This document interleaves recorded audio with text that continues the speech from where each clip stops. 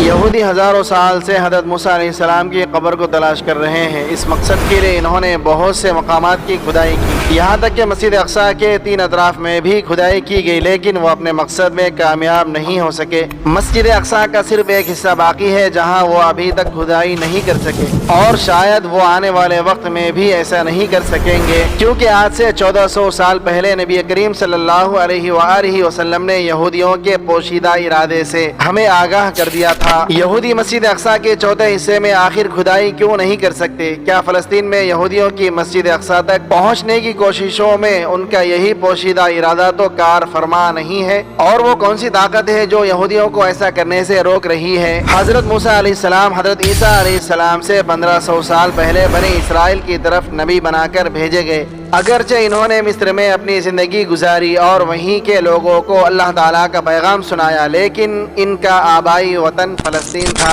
حضرت یعقوب علیہ السلام کے بیٹے حضرت یوسف علیہ السلام جب مصر کے بادشاہ بنے تو وہ اور ان کے اہل و عیال مصر میں ہی رہنے لگے۔ حضرت موسیٰ علیہ السلام بنی اسرائیل کے انہی مہاجرین کی نسل میں سے تھے۔ آپ بنی اسرائیل کے خاندان میں اس وقت پیدا ہوئے جب فرعون کے حکم پر بنی اسرائیل کے تمام لڑکوں کو قتل کرنے کا حکم جاری کیا گیا تھا، لیکن اللہ رب العزت نے اپنی قدرت سے حضرت موسیٰ علیہ السلام کو فرعون کے ہی گھر میں پروان چڑھایا۔ حضرت موسیٰ علیہ السلام نے فرعون کو اللہ تعالیٰ کا پیغام سنایا اور فرعون کی سخت دشمنی اور مخالفت کے باوجود کلمہ حق کو بلند کیا۔ انہیں بے پناہ مشکلات اور پریشانیوں کا سامنا کرنا پڑا۔ بالآخر اللہ تعالیٰ نے فرعون کو نیست و نابود کر کے حضرت موسیٰ علیہ السلام اور ان کی قوم کو مصر میں آباد کر دیا۔ حضرت موسیٰ علیہ السلام کی وفات کے متعلق ہمیں حضرت ابو ہریرہ رضی اللہ تعالیٰ عنہ کی زبانی معلوم ہوتا ہے کہ جب حضرت موسیٰ علیہ السلام کی موت کا وقت قریب آیا تو حضرت اسرائیل علیہ السلام آپ کے پاس تشریف لائے اور کہا کہ میں آپ کی جان لینے آیا ہوں۔ حضرت موسیٰ علیہ السلام نے حضرت اسرائیل علیہ السلام کو اتنا زوردار تماچا مارا کہ ان کی آنکھ پھوٹ گئی۔ انہوں نے بارگاہ الہی میں جا کر تمام صورتحال بیان کی اور کہا کہ یا الہی، تیرا بندہ ابھی موت کے لیے تیار نہیں ہے۔ اللہ تعالیٰ نے فرمایا کہ جاؤ اور جا کر موسیٰ سے کہو کہ وہ ایک بیل کے اوپر ہاتھ رکھے، اس کے ہاتھ کے نیچے جتنے بال آئیں گے ہر بال کے عوض اس کی 1 سال کی زندگی بڑھا دی جائے گی۔ حضرت اسرائیل علیہ السلام واپس حضرت موسیٰ علیہ السلام کے پاس تشریف لائے اور انہیں اللہ تعالیٰ کے فرمان سے آگاہ کیا۔ حضرت موسیٰ علیہ السلام نے دریافت کیا کہ اس کے بعد کیا ہوگا۔ حضرت اسرائیل علیہ السلام نے اللہ تعالیٰ کے حکم سے بتایا کہ اس کے بعد پھر موت ہے۔ حضرت موسیٰ علیہ السلام نے کہا کہ اگر طویل سے طویل زندگی کے بعد بھی موت ہی ہے تو پھر ابھی کیوں نہیں، پھر یہ ابھی آ جانی چاہیے۔ آپ نے اس وقت دعا فرمائی کہ یا رب مجھے ارض مقدس کے قریب کر دے، اور مقدس سے مراد حضرت موسیٰ علیہ السلام کی فلسطین اور مسجد اقصیٰ ہی تھی، لیکن آپ ابھی ایک پتھر پھینکنے کی رفتار جتنا بھی نہیں چلے تھے کہ آپ کا انتقال ہو گیا۔ حضرت موسیٰ علیہ السلام کی موت کے حوالے سے قصص الانبیاء میں منقول ہے کہ حضرت موسیٰ علیہ السلام ایک مرتبہ فرشتوں کی ایک جماعت کے پاس سے گزرے جو کہ قبر کھود رہی تھی۔ آپ نے دریافت کیا کہ یہ کس کی قبر کھودی جا رہی ہے، تو فرشتوں نے کہا کہ یہ اللہ تعالیٰ کے ایک نیک پیغمبر کے لیے کھودی جا رہی ہے۔ اگر آپ سمجھتے ہیں کہ آپ اللہ تعالیٰ کے وہ نیک پیغمبر ہیں تو اس قبر میں لیٹ جائیے، اللہ تعالیٰ کی طرف رجوع کیجئے اور ہلکے ہلکے سانس لینا جاری رکھیے۔ آپ نے فرشتوں کی ہدایت پر عمل کیا اور قبر میں لیٹ گئے۔ کچھ ہی دیر کے بعد حضرت موسیٰ علیہ السلام کی موت واقع ہو گئی۔ فرشتوں کی جماعت نے آپ کی نماز جنازہ ادا کی اور آپ کو وہیں پر دفن کر دیا۔ ہم جانتے ہیں کہ یہودی حضرت موسیٰ علیہ السلام کو اپنا پیغمبر مانتے ہیں اور ان سے والہانہ عقیدت بھی رکھتے ہیں۔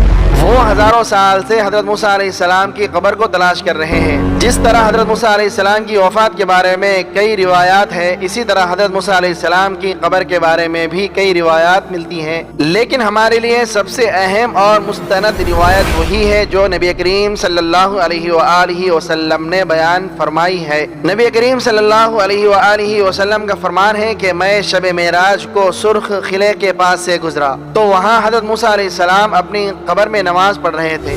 حدیث سے ثابت ہوتا ہے کہ حضرت موسیٰ علیہ السلام کی قبر اردن میں واقع ہے۔ نبی کریم صلی اللہ علیہ وآلہ وسلم نے فرمایا اگر میں وہاں ہوتا تو تمہیں موسیٰ علیہ السلام کی قبر کا نشان دکھاتا کہ وہ سرخ ٹیلا کشیب احمر کے قریب اس جگہ پر دفن ہے۔ سرخ ٹیلے کے قریب ایک قبر ہے جس کو حضرت موسیٰ علیہ السلام کی قبر بتایا جاتا ہے۔ تجزیہ نگاروں کے نزدیک یہی سب سے مستند روایت ہے، کیونکہ وادی عتیق کے نزدیک ارض مقدس کا علاقہ عراقی بستی ہے جس کے نزدیک وہ سرخ ٹیلہ موجود ہے، جس کے بارے میں نبی کریم صلی اللہ علیہ وآلہ وسلم نے ارشاد فرمایا ہے۔ اگرچہ حضرت موسیٰ علیہ السلام کی قبر مبارک کے حوالے سے دیگر روایات بھی ملتی ہیں، لیکن ہمارے نزدیک سب سے اہم یہ ہے کیونکہ اس کے بارے میں نبی کریم صلی اللہ علیہ وآلہ وسلم نے خود نشاندہی کی ہے۔ حضرت موسیٰ علیہ السلام نے اپنی قوم سے فرمایا تھا کہ مجھے ارض مقدس میں دفن کرنا، اور اسی کی انہوں نے دعا بھی کی تھی، لیکن اللہ تعالیٰ نے ان کی قبر مبارک کو یہودیوں اور تمام دنیا کی نظروں سے پوشیدہ رکھا، کیونکہ اللہ تعالیٰ ان چیزوں کا علم بھی رکھتا ہے جن کے بارے میں ہم نہیں جانتے۔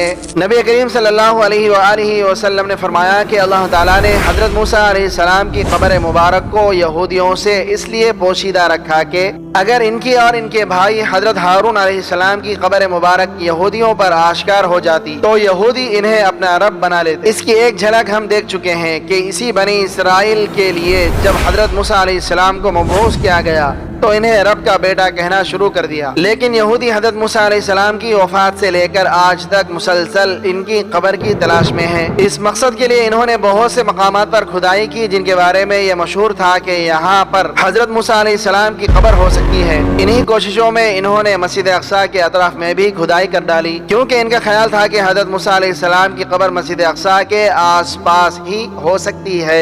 انہوں نے بہت گہرائی تک کھدائی کی لیکن یہ ناکام رہے، صرف مسجد کا بائیں طرف کا حصہ باقی بچا ہے جس کی کھدائی نہیں کی گئی۔ اب آپ یقیناً حیران ہو رہے ہوں گے کہ اگر انہوں نے باقی اطراف میں کھدائی کر ڈالی ہے تو وہاں پہ کھدائی کیوں نہیں کی گئی؟ تو اس کی وجہ یہ ہے کہ ماہرین کا خیال ہے کہ اگر مسجد اقصی کے اس حصے میں کھدائی کی گئی تو پوری کی پوری مسجد اقصی زمین بوس ہو جائے گی، اس وجہ سے وہ مسجد اقصی کی اس جگہ کھدائی کرنے سے باز رہے، لیکن انہوں نے مسجد اقصی کی بنیادوں تک کو کھود ڈالا ہے۔ وہ تابوت سکینہ اور مذہبی صحیفوں کی تلاش کے دعویدار تھے۔